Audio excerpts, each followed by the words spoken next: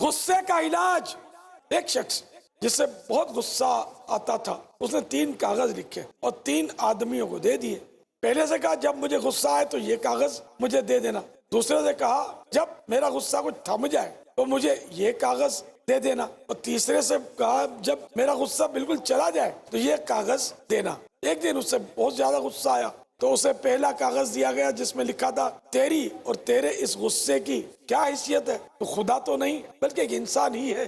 ان قریب تیرے جسم کا ایک حصہ دوسرے کو کھائے گا. یہ پڑھ کر اس کا غصہ کچھ ٹھنڈا ہو گیا. پھر اسے دوسرا کاغذ دیا گیا جس میں لکھا تھا تم زمین والوں پر رحم کرو، عرش والا یعنی عرش کا مالک تم پر رحم کرے گا. پھر تیسرا کاغذ دیا گیا جس میں لکھا تھا لوگوں اللہ پاک کے حق کے ساتھ پکڑو، ان کی اصلاح اسی بات سے ہوگی، یعنی حدود کو معطل مت کرو.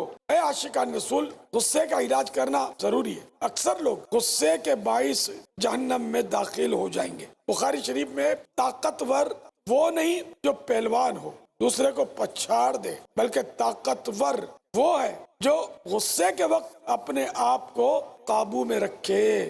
غصے کے چند علاج: جب غصہ آئے اعوذ باللہ من الشیطان الرجیم پڑھیے یا ولا حول ولا قوت الا باللہ پڑھیے. چپ ہو جائیے، وضو کر لیجئے، ناک میں پانی چڑھائیے، کھڑے ہیں تو بیٹھ جائیے، بیٹھے ہیں تو لیٹ جائیے اور زمین سے چپٹ جائیے. اپنا گال زمین سے ملا دیجئے. وضو ہو تو سجدہ کر لیجئے تاکہ احساس ہو کہ میں خاک سے بنا ہوں، لہذا بندے پر غصہ کرنا مجھے زیب نہیں دیتا.